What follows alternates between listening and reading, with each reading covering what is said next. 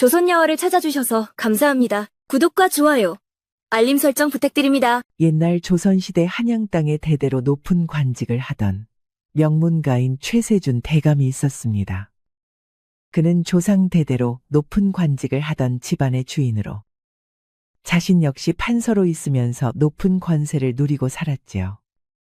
무엇보다 대대로 권력가, 집안들과 혼인을 한 그의 집은 권력뿐 아니라 많은 재산도 가지고 있어서 한양에서 궁궐 다음으로 큰 집을 짓고 살았습니다.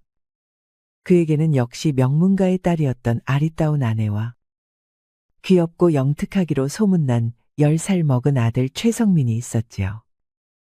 유모 어디 있어? 아이고, 도련님, 오셨어요. 오늘 공부는 어떠셨어요? 나 오늘도 스승님에게 칭찬받았어. 이 한양 땅에서 내가 제일 영특하대. 그럼요. 우리 도련님이 이 한양은 물론 조선 땅에서도 가장 잘나시고 가장 귀하신 분이시죠. 너는 공부가 끝났으면 조용히 글을 읽을 것이지 또 유모를 찾아왔느냐. 어머니, 여기 계셨어요? 최성민은 특히 자신을 어릴 때부터 길러준 유모를 어머니만큼이나 따랐습니다. 최성민의 어머니는 아름답고 자애로운 사람이었지만 곱게 자란 양반가의 자식답게 아들에게 무조건적인 사랑을 베풀기만 한 것은 아니었지요. 하지만 유모는 달랐습니다. 무조건적인 사랑을 베풀어주는 유모를 최성민은 어쩌면 자신의 어머니보다 더 마음 깊이 의지하고 있었지요. 자네가 너무 오냐오냐 하니까 아이가 아직 10살이나 먹도록 유모만 찾는 것이 아니야. 아유, 마님, 아직 10살이신데 어린아이시죠. 매일 오는 건 아니니 걱정하지 마세요. 성민이는 오늘부터는 자꾸 유모를 찾으며 귀찮게 하지 말거라. 선아만 봐도 얼마나 의젓하니 저 아이를 좀 닮아보거라. 선아는 저보다 나이가 4살이나 많은데 왜 자꾸 선아만 보라 하십니까? 그 아이는 양반도 아닌데요? 저 말하는 것 보게. 선아는 네가 이 어미보다 더 따르는 유모의 딸인데 너에게는 누이나 다름없다. 신분을 떠나 사람은 누구나 공평하다 아버님이 늘 말씀하셨지 않느냐. 마님, 도련님 말씀은 다른 뜻이 있는 것이 아닙니다. 그저 어머니가 핀잔을 하시니 그러시는 거지요. 도련님, 얼른 죄송하다 하세요. 죄송합니다, 어머니. 그런 뜻이 아니었습니다. 저 아이는 유모자네 말만 듣는구려. 아들을 빼앗긴 기분이야. 내 아들은 자네가 맡게. 자네 딸 선아는 내가 데려가서 수나 같이 놔야겠어. 빼앗기다니요. 무슨 그런 말씀을. 저희 같은 천한 몸이 어찌 귀한 분들과 비하겠습니까요? 성민이 너는 앞으로 아버지를 이어 큰 집안의 어른이 될 몸인데 어찌 저리 행동거지가 가벼워서야. 앞으로 조심하거라. 네, 어머니. 선아야, 가자. 예, 마님. 선아는 최세준 대감 집에서 대대로 종살이를 하는 유모의 딸이었습니다. 최대감의 아들 최성민보다는 4살이 많았지만 워낙 영특하고 용모가 빼어나 최대감과 안방마님도 모두 아끼는 아이였지요. 유모는 최대감 집안의 청지기와 결혼을 했습니다. 선아의 아버지인 청지기는 최대감과 함께 길을 나섰다가 도적이 습격하는 걸 몸으로 막아 최대감을 탈출시키고 자신은 죽었지요. 그 일 이후로 최대감 집안에서는 유모와 선아를 더욱 아꼈습니다. 어머니에게 한 소리를 들은 최성민은 방에서 책을 읽었습니다. 도련님, 책을 읽고 계셨어요? 응, 오늘 스승님에게 배운 구절을 다시 읽는 중이었어. 그런데 우리 도련님 얼굴이 왜 이렇게 우울하실까? 잘생긴 얼굴 좀 보게 웃어보셔요. 네, 몰라. 너는 어머니랑 수다 놓았으면 별땅이나 가지 왜 왔어? 이거 드리려고 왔지요. 자, 얼른 손을 내밀어 보세요. 선아는 최성민의 손에 잘 익은 홍시 하나를 쥐어주었습니다. 홍 씨는 최성민이 가장 좋아하는 것이었지만 최성민의 어머니는 아들이 배앓이를 한다고 잘 주지 않았지요. 제가 망을 봐드릴 테니 얼른 드세요. 씨는 여기다 뱉으시고요. 제가 가는 길에 몰래 버리고 가겠습니다. 역시 선아 너밖에 없다. 최성민은 신이 나서 홍 씨를 먹었습니다. 선아는 그 옆에서 최성민의 입가도 닦아주며 귀여운 눈빛으로 최성민을 바라보았지요. 그리고 너무 마님을 원망하지 마십시오. 마님이 자나깨나 도련님 걱정만 하신다는 걸 아시잖아요. 나도 알아. 그래도 매일 보기만 하면 혼을 내시니까 그러지. 그럼 어미가 아들을 혼을 내야지 누가 냅니까? 도련님도 이제 10살이나 되셨으니 방에서 혼자 주무세요. 오늘부터는 여기서 주무시라고 하십니다. 싫어. 나 오늘만? 응? 오늘 하루만 유모 곁에 자게 해줘. 응? 오늘이 마지막이야. 아유, 저번에도 그러시더니 최대감의 아내는 자신의 아들이 10살이나 먹었으니 이제 자신의 방에서 혼자 자라고 했지만 최성민은 그날따라 오늘만 유모와 자겠다고 고집을 부렸습니다. 그 고집이 얼마나 완강한지 유모와 선아는 결국 항복을 했지요. 그래서 저녁상을 물리고 최성민은 몰래 유모와 선아가 지내는 별채박 거처로 찾아왔습니다. 마님이 아시면 또 어머니만 혼이 나시겠네. 도련님 진짜 오늘이 마지막입니다. 왜 이리 오늘따라 고집을 부리실까? 자, 얼른 들어오세요. 누가 볼까 겁이 납니다요. 아, 좋다. 역시 나는 유모 옆에서 잠을 자야 잠이 잘 온다니까? 최성민은 유모가 깔아놓은 이불 속으로 쏙 들어가며 웃었습니다. 그 모습을 보고 선아와 유모도 웃었지요. 아니 대체 언제 크시려고 그럽니까? 곧 장가도 드실 분이. 장가라니 그게 무슨 소리야? 나는 여기서 계속 살 거야. 아휴, 우리 도련님도 참 얼른 주무세요. 오늘 고단하셨잖아요. 셋은 도란도란 이야기를 나누며 잠에 들었지요. 하지만 그들은 몰랐습니다.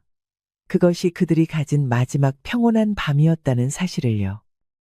곤히 잠들었던 셋은 갑작스러운 시끄러운 소리에 잠에서 깨었습니다. 죄인은 어서 나와 무릎을 꿇어라. 집을 모두 뒤지거라. 갑자기 쾅 하는 큰 소리가 나면서 대문이 부서지는 소리가 들리더니 군사들이 들이닥쳤습니다. 군사들은 신발을 신은 발로 마구잡이로 안채와 별채를 뒤지고 다니며 잠들어 있던 최대감과 안방마님을 거칠게 끌어내어 마당에 무릎을 꿇렸습니다. 놓아라, 이놈들. 내가 누군지 알고. 이게 무슨 짓이냐? 놓아라. 누구긴 누구요. 역적 최세준이지. 어명이요. 죄인은 당장 압송하라는 명이요. 뭐라, 죄인? 식솔들도 모두 잡아들여. 최세준의 아들은 어디 있느냐? 방이 비었다. 군인들이 들이닥치고 상황이 심상치 않음을 직감한 유모는 재빨리 최성민과 딸 선아를 깨워 별채 담을 넘게 했습니다. 그리고 어두운 담 그림자에 숨어 있었지요. 영문을 몰랐던 최성민은 두려움에 벌벌 떨고 있었습니다. 선아는 그런 최성민의 입을 막고 나직하게 말했습니다. 도련님, 조용히 하세요. 빨리 여기서 빠져나가야 합니다. 선아야, 도련님과 뒷산 새끼를 알지? 거기는 군인들이 아직 막지 않았을 것이다. 거길 통해서 충청도로 가거라. 어머니는요? 우리 셋이 가면 잡힌다. 지금 도련님을 찾으려고 눈에 불을 켜고 있어. 너 어릴 적 충청도 마을에 이모 댁에 가본 적이 있지? 기억하느냐? 네. 감골마을의 윤과부댁이 맞지요? 그래, 거기로 가 있거라. 내 곧 따라가마. 꼭 샛길로 가서 몸을 숨기고 최대한 밤에만 움직여야 한다. 선아는 최성민의 손을 꼭 잡고 고개를 끄덕였습니다. 이때 선아의 나이도 고작 14살이었지요. 하지만 그녀는 차오르는 눈물을 간신히 참았습니다. 어머니의 얼굴에서 절박함을 보았기 때문이었지요. 얼른 가거라. 나는 다른 길로 군인들을 유인할 테니. 곧 여기로 수색을 할 것이다. 선아는 황급히 성민의 손을 잡고 숲길로 내달렸습니다. 무서운 것도 몰랐지요. 숲속으로 들어와 일단 나무 그늘 밑으로 몸을 숨겼습니다. 산 위에서는 아래에 있던 최대감의 집이 보였습니다. 그 집 마당에는 최대감과 성민의 어머니는 물론 모든 하인들이 전부 다 끌려나와 있었습니다. 울부짖는 하인들의 울음소리로 온 마을이 잠에서 깨었지만 감히 두려움 때문에 그 누구도 밖으로 나와보지 못하고 있었지요. 도련님 무조건 앞만 보고 걸어야 합니다. 아셨죠? 선아야, 우리 아버님은, 어머님은 어떡하냐? 유모는 이대로 가면 어찌 되는 것이야? 도련님, 지금은 그걸 걱정할 때가 아닙니다. 광군이 마당까지 온 것은 보통 일이 아니에요. 도련님은 죽고 싶으십니까? 살고 싶으십니까? 선아는 강단 있게 성민의 손을 잡고 물었습니다. 성민 역시 이제는 어쩔 수 없다는 걸 알았지요. 저기 있다. 유모가 산으로 도망을 간다. 그 소리에 선아는 고개를 돌렸습니다. 자신의 어머니가 산 반대쪽으로 달아나다 잡히는 것이 보였지요. 그랬습니다. 유모는 선아와 최성민을 살리기 위해 다른 쪽으로 군인들을 유인한 것입니다. 자신의 아버지가 최대감을 살렸던 것처럼 자신의 어머니는 자신과 성민을 살리기 위해 몸을 던진 것이지요. 그들은 밤새 어두운 그늘 속으로만 걸었습니다. 아침이 되면 버려진 산속집에 몸을 숨기고 잠을 청했지요. 배고픔은 산속에 열린 열매로 해결을 하고 갈증은 강물을 마시며 버텼습니다. 며칠 만에 둘은 거짓골이 되었습니다. 누가 보아도 부모를 잃고 길을 헤매는 거지 남매처럼 보였지요. 배고픔에 지쳐 쓰러질 지경이 되자 선아는 성민이를 데리고 근처 마을로 갔습니다. 자신이 살던 고향과는 이미 많이 멀어진 뒤였지요. 잘 들으세요. 이제부터는 저에게 누이라고 부르셔야 합니다. 응, 알았어. 누이. 이름도 바꿉시다. 철이로 부를 테니 나는 분이라고 하세요. 응, 분이 누이. 이제 나도 말을 놓을 테니 누가 묻거든 어미는 너를 낳다가 죽고 아비는 돌림병으로 죽어서 떠도는 신세라고 말을 해야 해. 알았어? 성민, 아니 이제 처리가 된 최대감의 아들은 고개를 끄덕였습니다. 이제 그는 분이누이가 된 선아가 아니면 아무것도 할 수 없었기 때문에 그 말을 따를 수밖에 없었지요. 선아는 무작정 가까운 주막으로 찾아가 제발 살려달라고 주모에게 매달렸습니다. 제발요. 제 동생 밥 한 덩이만 주시면 여기서 설거지도 하고 뭐든 하겠습니다. 예? 이거지들이 어디 찾아와서 고집을 피우고 난리야. 꺼져. 장날도 아니라서 할 일도 없어? 이러다 저희가 죽으면 어쩌시려고 이러십니까? 이렇게 내쫓으시면 저희는 이 주막 담벼락에 기대서 죽을 것입니다. 그래서 귀신이 되어서 손님들을 못 오게 할 거예요. 뭐가 어쩌고 어째? 주모는 선아의 등짝을 사정없이 때렸습니다. 선아는 매를 맞으면서도 악착같이 버텼지요. 그러지 않으면 정말 굶어 죽을지도 모른다 생각했기 때문에 아프지도 않았습니다. 그걸 보다 못한 성민이 눈물을 흘리며 달려들었지요. 그만하세요. 우리 누이 그만 때려요. 주모는 기가 막혀 했습니다. 거짓골을 한 남매가 갑자기 아침 대바람부터 찾아와 밥을 달라는 둥, 안 주면 여기서 죽겠다는 둥 난리를 피워대니 황당했지요. 그렇게 울고불고 하던 남매를 보던 주모는 결국 단념했지요. 그리고 국밥 2그릇을 내주었습니다. 선아와 성민이는 국밥을 보자마자 미친 듯 달려들어 밥을 먹어 치웠습니다. 주모는 그런 모습을 물끄러미 보았지요. 너 이름이 뭐니? 몇 살이야? 저는 분이에요. 올해 14살입니다. 너 먹고 살 수만 있다면 뭐든지 할 수 있다고 했니? 그럼 손님들 시중도 들 수 있겠느냐? 네.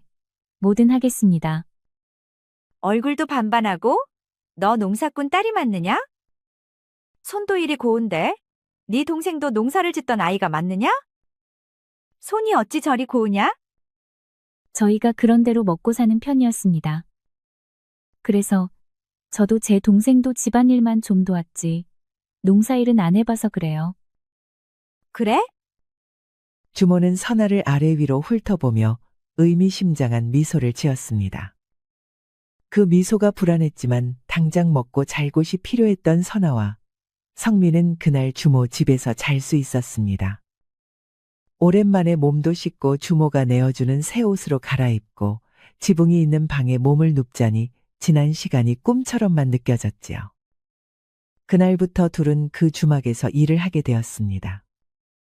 선아는 열심히 부엌에서 국을 끓이고 반찬을 만들고 설거지를 하고, 성민이도 나름 주모가 시키는 대로 마당을 쓸고 상을 나르며 일을 했습니다. 몸은 고되었지만 바람을 피할 방 한 칸과 배고픔을 면할 밥만 있으면 뭐든 할 수 있었으니까요. 장날이 되어 주막을 찾았던 장터 사람들은 선아를 보고 주모를 불렀습니다. 주모, 저 어린애는 누구야? 주모 딸이야. 망측한 소리 한다. 먼 친척 조카예요. 부모가 다 죽어서 남매가 갈 곳이 없어요. 아이고, 우리 주모가 얼굴만 고운 게 아니라 마음씨도 곱네 그려. 그럼 저 조카랑 자리 좀 마련해봐. 아유, 아직 핏기도 안 가신 저 어린애를 어쩌시려고? 진짜 은큼해라. 아니, 우리가 뭐 어쩌겠다는 게 아니라 그냥 불쌍하니까 동생 같아서 그러지. 왜 안 되는가? 아직 머리도 안 올린 14살짜리 아이랑 같이 상을 받으려면 그보쯤 다 팔아도 어림없으니 꿈도 꾸지 마쇼. 아이고, 자기 조카라더니 이 주모 보게. 대체 얼마를 받으려고 이래? 그거야. 얼마를 낼 건가 손님이 말을 해야지. 주모는 그 말을 하고 깔깔깔 소리 높여 웃었습니다. 그 말을 들은 선아는 손에 들고 있던 그릇을 놓칠 뻔했지요. 성민 역시 정확한 뜻은 알지 못했지만 선아에게 좋은 일이 아니라는 것만은 분명했습니다. 그 둘은 불안한 마음을 안고 며칠 동안 주막에서 밥을 얻어먹고 잠을 자면서 일을 했습니다. 어느 날 저녁, 그 둘은 불안한 마음으로 잠자리에 들었습니다. 그때 주모가 찾아왔지요. 시키실 일이 아직 남으셨어요? 아니, 그건 아니고 이거 받아라. 비단옷이다. 주모는 갑자기 비단으로 된 값비싼 치마 저고리와 놀이개를 내어주었습니다. 내일 아침 일찍 이걸 입고 나랑 어디 좀 가야 하니까 준비해놔. 어디로 말입니까? 암튼 갈 곳이 있으니 그리 알아. 일찍 가야 하니 얼른 자거라. 주모는 문을 닫고 사라졌습니다. 분명 선아를 어디론가 팔아먹은 것이 분명했지요. 그날 밤 둘은 잠을 자지 않고 밤이 깊어지기만을 기다렸습니다. 곧 옆방에서 주모의 코 고는 소리가 나자 둘은 조용히 방을 빠져나갔지요. 누이, 잠깐 기다려봐. 내 금방 돌아올게. 어딜 가려고 그래? 빨리 도망쳐야지. 기다려. 잠깐이면 돼. 선아는 초조한 마음으로 숲에서 성민을 기다렸습니다. 품에는 주모가 내어준 값비싼 비단옷과 놀이개가 안겨 있었지요. 곧 나타난 성민은 작은 주머니를 품에 안고 있었습니다. 둘은 곧바로 깊은 숲속으로 도망쳤지요. 대체 어딜 갔다 온 거야? 그건 뭐고? 이거? 돈이야. 성민은 작은 주머니를 흔들어 보이며 웃었습니다. 그 속에서는 짤랑이는 소리가 났지요. 뭐? 그 돈이 어디서 났어? 내가 며칠 지켜보니까 주모는 돈을 모아서 실ong 안쪽 간장통 안쪽에 숨겨놓더라고. 그걸 가져왔어? 뭐?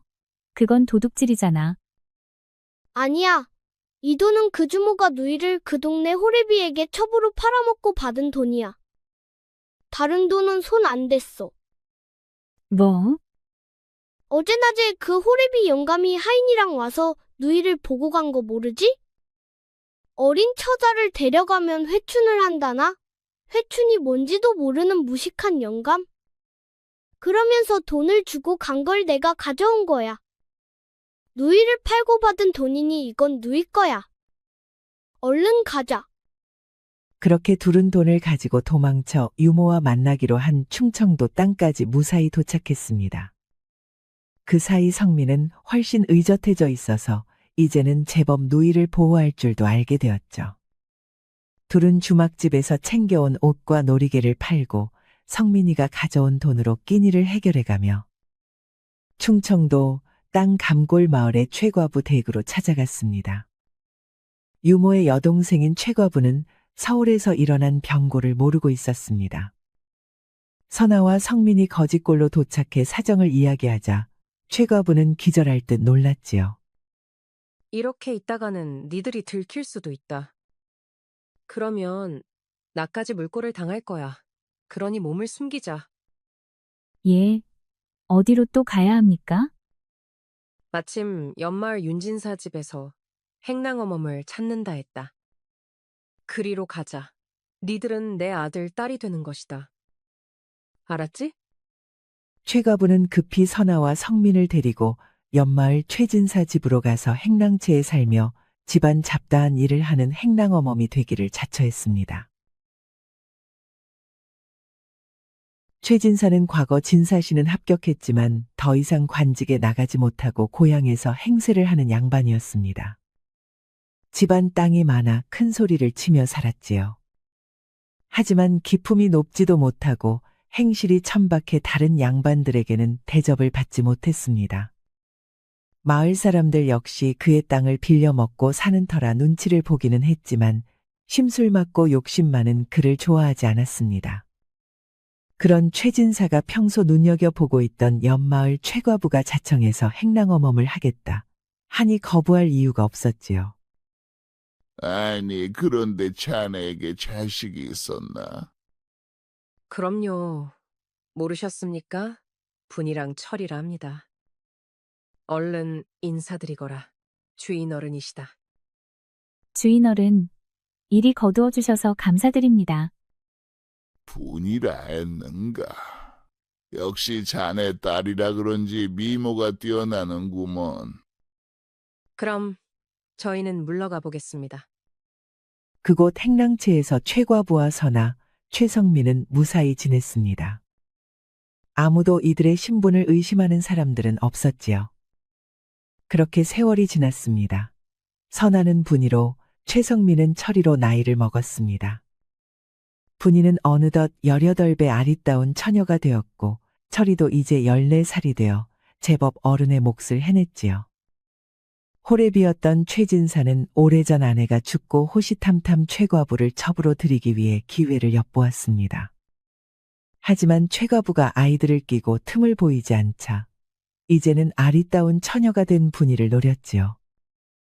분이는 어디 갔느냐? 얼른 새순물을 가져오너라. 영감마님, 제가 가져왔습니다. 잘 주무셨습니까?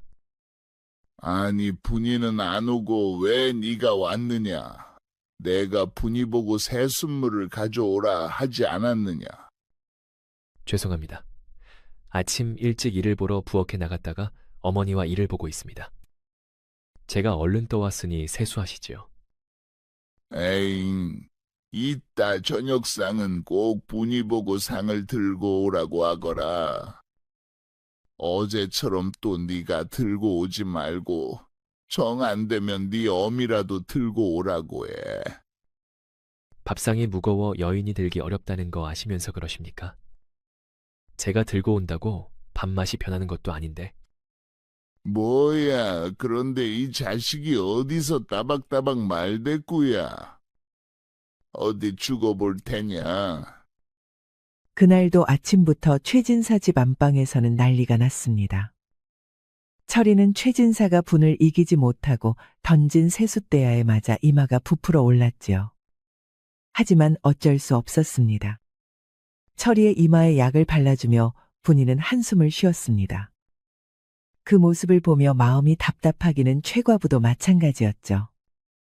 이거 보통 일이 아니다. 조만간 저 호래비가 일을 칠 작정이야. 분이 너는 미리 도망갈 채비를 해놓거라. 제가 간다면 또 어디로 가서 살아야 합니까? 그렇다고 저 호래비 첩으로 살 것이냐? 나도 버텼는데 내 절대 그 꼴은 못 본다. 어머니, 걱정 마십시오. 노인은 제가 꼭 지킬 것입니다. 너까지 경을 치려고 그러느냐? 아무리 그래도 너는 최 씨 집안의 아들이야.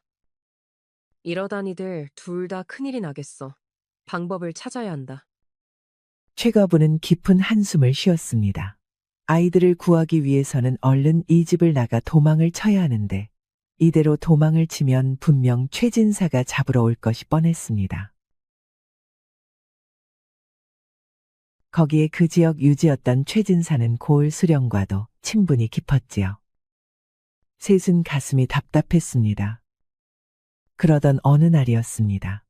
저녁 식사를 마치고 뒷정리를 하던 최진사 집 대문 밖에서 사람을 부르는 소리와 함께 맑은 목탁 소리가 들렸습니다. 나무아미타불 관세음보살, 중생을 구하소서. 시주를 하러 온 스님을 본 아인이 기겁을 하고 대문 밖으로 나가 스님을 돌려보냈습니다. 스님, 여기가 어디인지 모르십니까? 큰일 나시니까 이러지 마시고 다른 집으로 가십시오. 여기가 이 고을에서 가장 부자이신 최진사 댁이 아니십니까? 그러지 마시고 시주를 부탁드립니다. 아이고, 여기가 가장 부자이기는 한데 가장 짜고 매운 집입니다. 여기 있다는 걸 우리 주인나리가 알면 멍석말이 당하십니다. 다른 스님에게 못 들으셨습니까? 얼른 가세요. 하인은 서둘러 스님을 돌려보냈습니다. 최진사는 인색하고 또 인색하기 그지없어서 시주를 받으러 온 스님이나 동량을 청하는 거지가 있으면 밥을 차려주겠다. 집으로 끌어들여서 멍석을 말고 매를 흠씬 때리는 것으로 유명했기 때문입니다. 이러지 마시오. 내가 무슨 죄가 있다고 이렇게 때리는 것이오. 네가 죄가 없어. 남들은 땀 흘려 일하는데 중이랍시고 밥이나 빌어먹는 주제에 이게 아직도 죄를 모르고. 이봐라, 저 중놈을 매우 쳐라. 그렇게 멍석마리를 당하고 죽기 직전까지 매를 맞고 쫓겨난 스님들이 한둘이 아니었습니다. 하인들도 죄 없는 스님을 때리고 싶지 않았기 때문에 황급히 시주를 온 스님을 돌려보낸 것이지요. 하인의 다급한 이야기에 돌아서며 스님은 목탁을 톡톡 두드렸습니다. 곧 이 집안도 무사하지는 못하겠구나. 그때였습니다. 쪽문이 살며시 열리더니 분이가 조용히 스님을 불렀습니다. 스님, 이쪽으로 오셔요. 어서요. 스님이 다가가자 분이는 몰래 퍼온 쌀한 대박을 스님의 보찜에 부어주고 소매에서 뭉친 보리밥 한 덩이를 내밀었습니다. 제가 이것밖에 드릴 게 없습니다. 얼른 조심히 가시고 다음에는 이 집은 오시지 마시어요. 전에 온 스님도 다리가 부러져서 가셨습니다. 스님은 분이의 얼굴을 물끄러미 쳐다보았습니다. 처자는 몹시 귀한 운명을 타고 태어나셨군요. 앞으로 귀한 집 안주인이 되어서 많은 하인을 거느리고 남편의 큰 사랑을 받을 것입니다. 예. 제가요? 무슨 말씀이세요? 하지만 고비마다 낭떠러지에 간신히 매달려 있는 형국이니 어쩝니까? 이번에는 매달린 가지가 부러질 듯하니 한 번 떨어지면 올라오지 못할 것이요. 나무아미타불 관세음보살. 스님은 안타까운 듯 목탁을 두드리며 고개를 숙였습니다. 분이는 그런 스님의 모습을 보더니 결심한 듯 말했지요. 스님, 그럼 방책을 알려주십시오. 제가 어쩌면 좋겠습니까? 큰 대문으로 도망을 가십시오. 몸이야 고단하겠지만 그래도 큰 대문 아래 몸을 감추고 있으면 곧 앞길이 열릴 것입니다. 큰 대문이요? 거기가 어딥니까? 처녀의 팔자는 작은 나무를 심어 크게 키워야 사는 운명입니다. 나무를 크게 키우십시오. 그러면 평생 그 나무 그늘 아래에서 편히 살 수 있습니다. 그렇지 않으면 타들어 죽을 팔자이니 명심하시오. 그렇게 알쏭달쏭한 말을 남긴 스님이 사라지고 분이는 그 스님의 말을 곰곰이 새겼습니다. 그리고 결심한 듯 하루는 철이를 불렀지요. 누이, 나를 찾았다며? 왜? 방으로 들어서던 철이는 깜짝 놀랐습니다. 분이가 곱게 단장하고 방에서 기다리고 있었기 때문이었지요. 그 모습을 본 철이는 새삼 자신의 누이가 참으로 아름답다는 사실을 깨달았습니다. 늘 보던 모습이었지만 분이는 한떨기 꽃과도 같았습니다. 누이 어디가? 오늘 무슨 날이야? 왜 이렇게 곱게 단장을 했어? 누이라니. 도련님, 아시지 않습니까? 제가 누이가 아니란 걸. 그게 무슨 소리야? 갑자기 왜 이래? 도련님이야말로 평생 이렇게 사실 것입니까? 목숨만 부지하고 산다고 해서 사는 게 아니라는 걸 아시지 않습니까? 그럼 갑자기 나보고 무엇을 어떻게 하라고? 온 세상이 내 아버지가 역적이라 떠드는데 역적의 자식이라고 나서기라도 하란 말이야? 철이는 그렇게 이야기를 하고 고개를 숙였습니다. 그랬습니다. 역적이라는 누명을 쓰고 성민의 아버지 최세준 대감과 성민의 어머니는 목숨을 잃었습니다. 그뿐 아니라 성민의 친척들과 외갓집까지 전부 엮어 들어가 사돈의 팔촌까지 집안이 쑥대밭이 되어서 사람들이 죽어나가고 아니면 줄줄이 귀양을 가서 성민이는 이제 의탁할 사람 하나 없는 혼자나 다름이 없었지요. 하지만 분이는 차분하게 말을 이었습니다. 아무리 그래도 변하지 않는 것은 없고 녹지 않는 얼음은 없으며 꽃이 피어도 열흘을 넘기지 못한다 하였습니다. 곧 세상이 바뀔 것입니다. 뭐라고? 최세준 대감님이 억울하게 희생된 것은 누구나 다 아는 사실입니다. 단지 지금 정권을 잡고 있는 무리들과 거기에 속은 늙은 임금님만 모르고 있을 뿐이지요. 도련님, 곧 나이가 많으신 전하가 세상을 뜨시면 젊은 세자가 왕이 되실 겁니다. 그렇다고 무엇이 바뀌겠어? 도련님이 바꾸셔야죠. 자신의 운명은 자신이 바꾸는 것입니다. 그러니 오늘 밤에 집을 떠나 공부를 하세요. 뭐라고? 미리 준비된 자만이 운명을 바꾸고 앞날을 도모할 수 있는 것입니다. 여기서 하루하루 보내는 것만으로는 안 됩니다. 분이는 자신이 그간 모아놓은 재산을 내밀었습니다. 그 안에는 눈이 휘둥그레질 정도의 귀한 폐물과 돈이 있었습니다. 아니, 이 돈이 다 어디서 났어? 제가 그간 모은 돈이니 오늘 밤 당장 여길 떠나서 한양으로 가세요. 자, 여기 최진사 집안의 호패도 있으니 당분간은 최진사의 친척으로 사세요. 아무리 그래도 그렇지. 이 큰 돈을. 더 이상은 이야기하지 마시고 얼른 떠나세요. 세상이 바뀌지 않더라도 어떻습니까? 여기서 더러운 종 노릇하는 것보다야 말단 관직이라도 나라의 녹을 먹으며 사는 것이 낫지 않겠습니까? 그날 밤 철이는 조용히 분이의 배웅을 받으며 최과부와 함께 집을 빠져나왔습니다. 분이가 최과부도 반드시 같이 가야 한다고 고집을 했기 때문이었죠. 너 혼자 여기서 어쩌려고 그러냐. 안 된다. 차라리 내가 남고 네가 같이 떠나거라. 어머니, 아시잖아요. 제가 없어지면 최진사는 관군까지 동원해 어떻게든 저를 찾을 사람입니다. 걱정 마셔요. 절대 최진사에 첩이 되는 일은 없을 테니. 누이 괜찮겠습니까? 차라리 다 같이 가는 것이. 이제 누이가 아니라고 몇 번을 말했으니까. 도련님, 저를 믿고 가십시오. 어머니도 어서 가세요. 저는 다 방법이 있으니 걱정 마세요. 그렇게 둘은 몰래 한밤중에 길을 떠났습니다.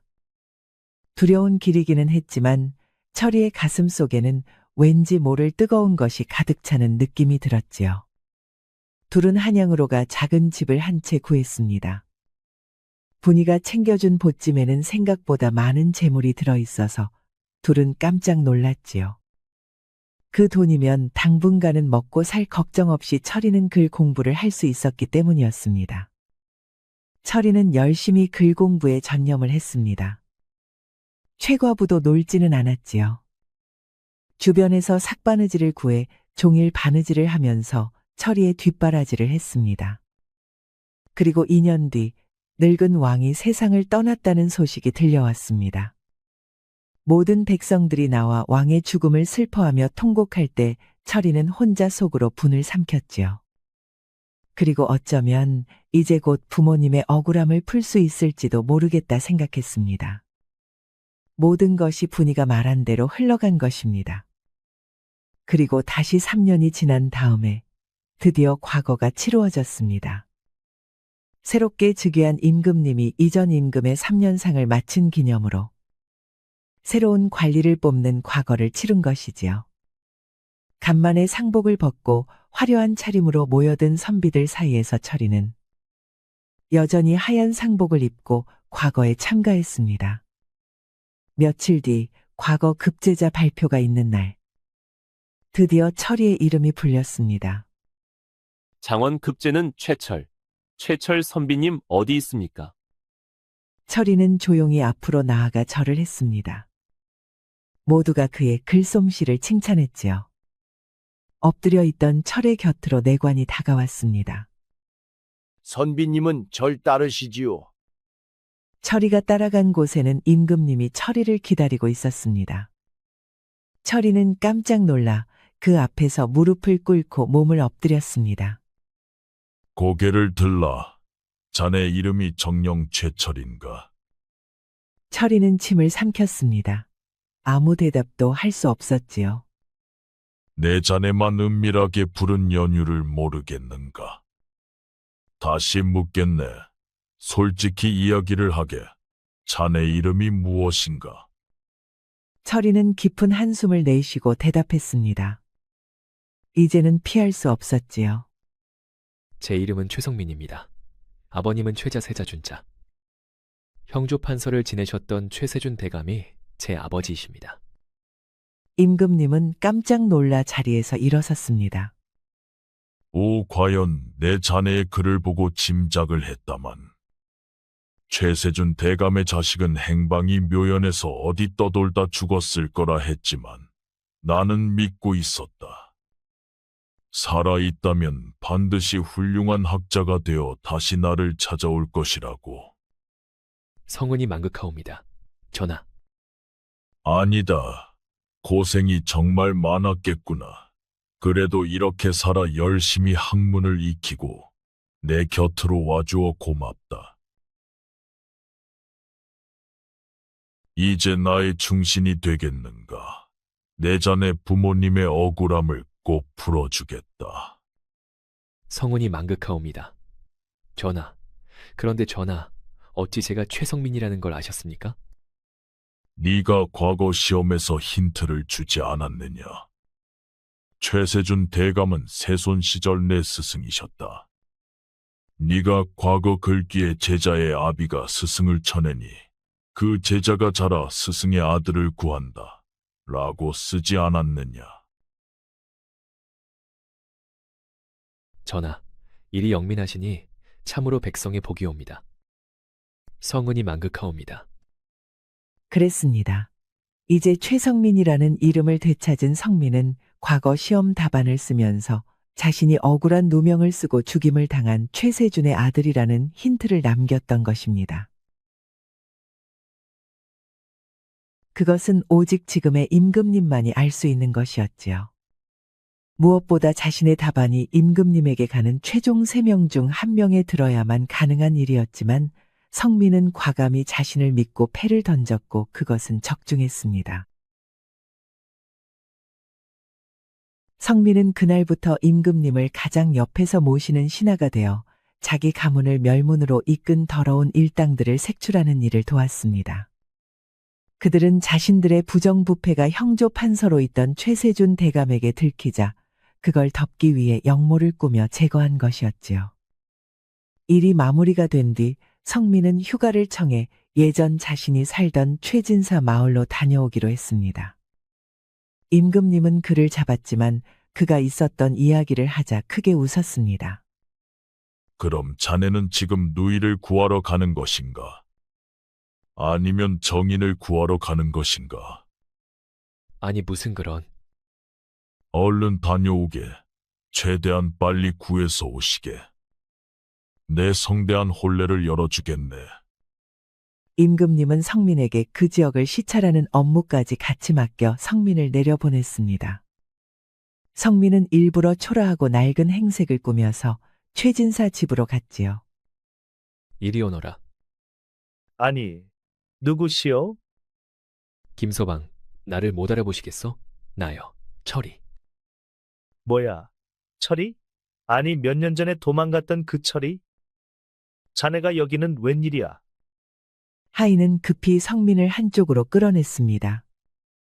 자네들이 도망간 다음 얼마나 난리가 났는지 아는가? 집이 쑥대밭이 났어. 죄송해요. 그때는 워낙 급해서. 그나저나 우리 누이는 어디 있어? 아이고, 대체 왜 그랬는가? 왜 돈을 훔쳐서 달아나고? 아니, 이 행색은 뭔가? 자네 누이가 알면 난리가 날 것인데. 그게 무슨 소리요? 돈을 훔치다니. 우리 누이는 어디 있어? 어디 있긴 어디 있어. 지금 관에서 노비 생활을 하는 중일세. 자네들이 도망가고 나서 누이가 관하로 찾아가 자기가 돈을 훔쳐서 동생을 줬다고 고변을 했어. 자네 누이는 자네가 성궁에 돌아올 날만 기다리고 있었을 텐데 고작 이런 꼴로 돌아왔단 말인가. 뭐요? 성민은 급히 그 동네 관하로 달려갔습니다. 관하 입구에서는 병졸들이 문을 지키고 있었지요. 성민은 사정사정을 했습니다. 누이를 만나러 왔습니다. 부탁드립니다. 꺼져. 네 누이가 누구라고 여기서 네 누이를 찾는단 말이냐. 분이라고 여기서 노비로 있다고 하던데 제발 얼굴 한 번만 보게 해주십시오. 그러자 병졸은 깜짝 놀랐습니다. 뭐, 분이? 분이 동생이 너란 말이냐? 분이가 매일매일 치성을 들이던 그 동생이. 이복에 가서 얼른 분이를 불러오게. 애구쯔쯔. 지 누이가 여기서 무슨 고생을 하는지도 모르고 저 동생은 거지가 다 되어 돌아왔구먼. 분이가 돈을 훔쳐서 준 게 저 동생이라더니. 아이고, 우리 분이 그 착한 아이는 어쩌면 좋나 그래.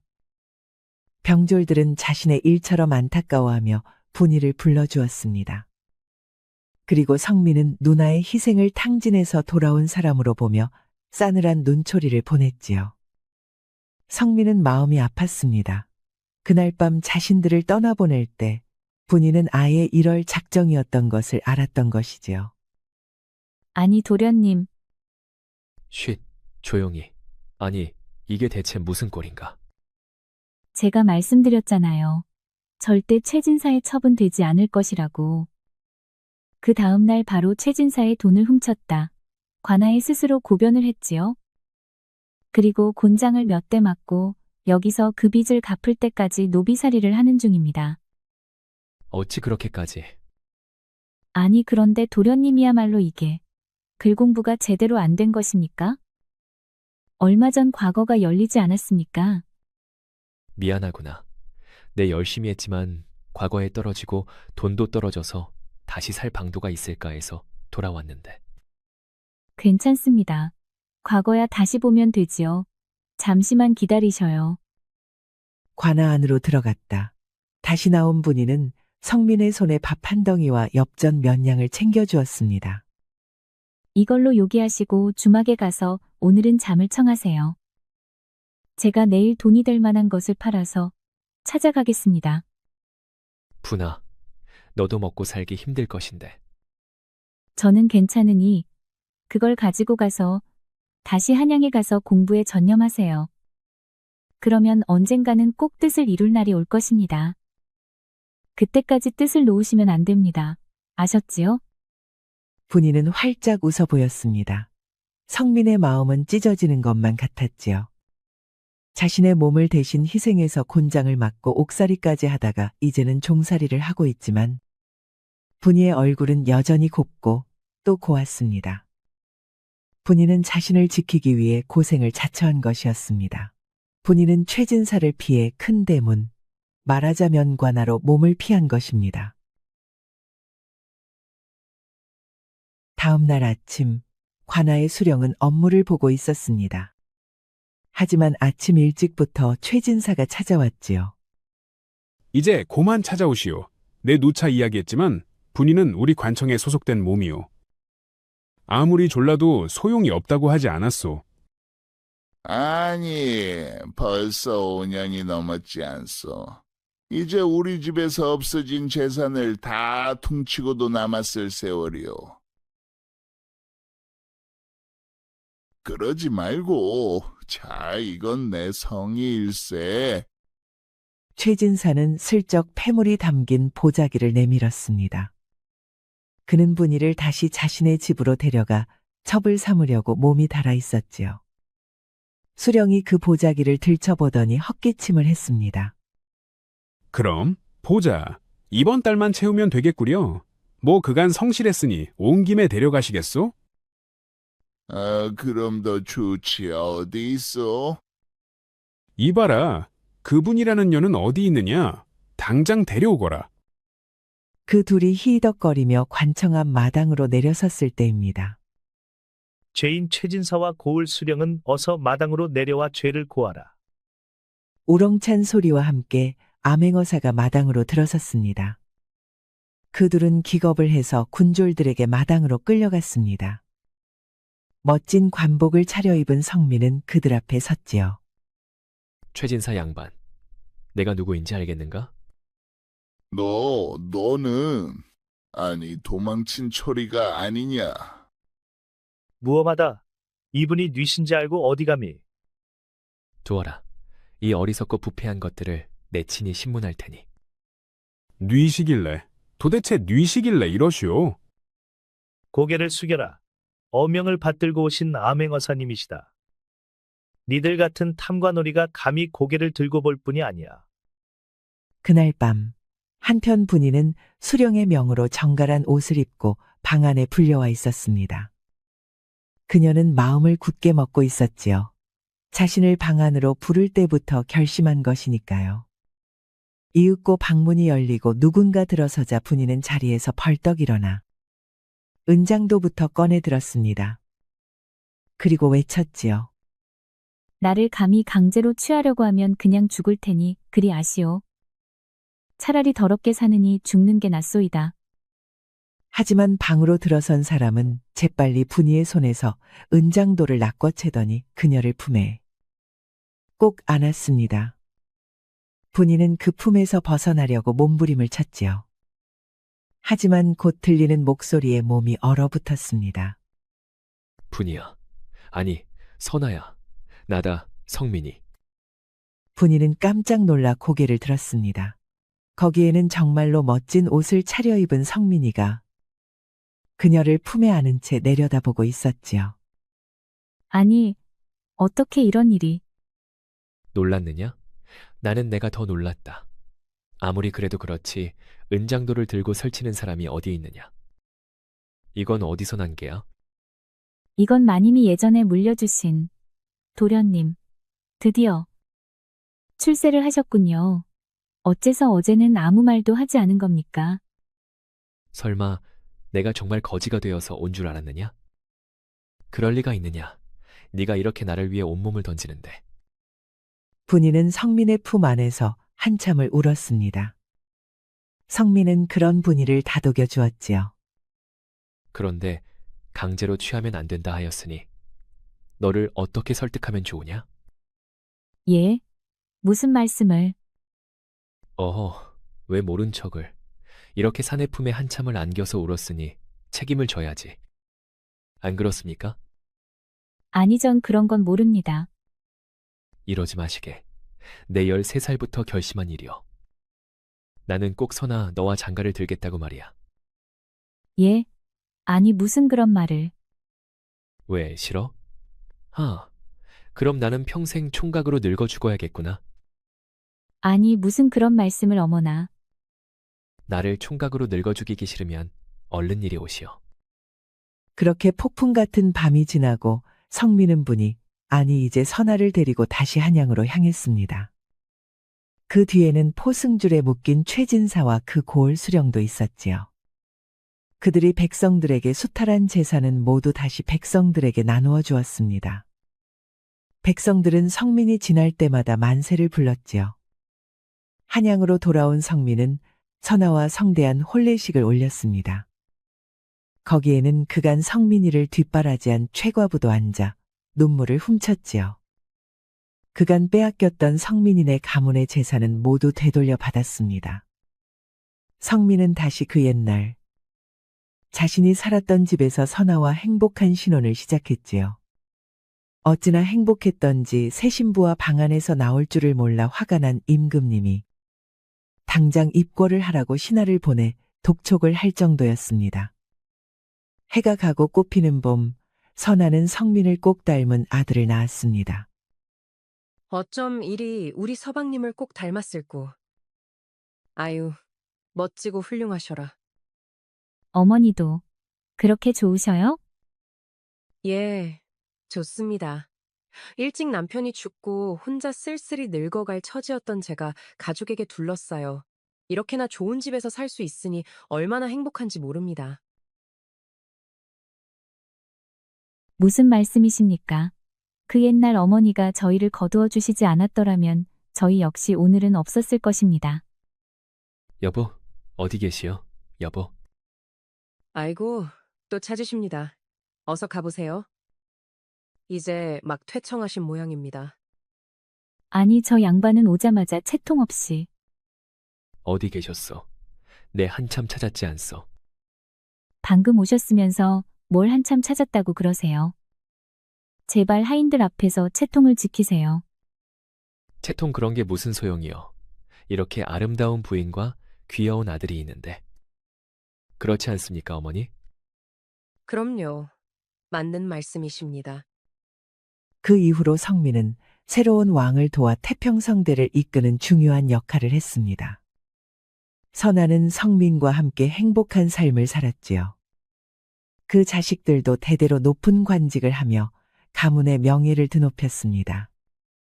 옛말의 고난을 이기는 사람에게는 반드시 그 대가가 있다는 말이 있습니다. 인생을 살다 보면 언제나 이기지 못할 고통과 어려움의 날들이 닥칠 수도 있을 것입니다. 하지만 그것에 좌절하거나 일상에 머무르지 않고 살다 보면 좋은 날들이 오는 것이 또한 인생의 이치가 아닐까요? 하늘은 스스로 돕는 자를 돕는다 하였으니 자신의 처지에 안주하지 않고 열심히 미래를 위한 준비를 한 자에게는 반드시 좋은 날이 열릴 것입니다. 우리는 늘 그런 미래를 대비하며 오늘 하루도 더욱 열심히 살아야 할 것입니다. 들어주셔서 감사합니다. 구독과 좋아요, 알림 설정을 꼭 부탁드립니다. 우리 이야기가 여러분들에게 조금이나마 재미를 선사할 수 있기를 바랍니다. 다른 재미있는 영상도 많으니 즐겁게 봐주세요. 그럼 여러분 모두 행복하고 즐거운 시간 되세요.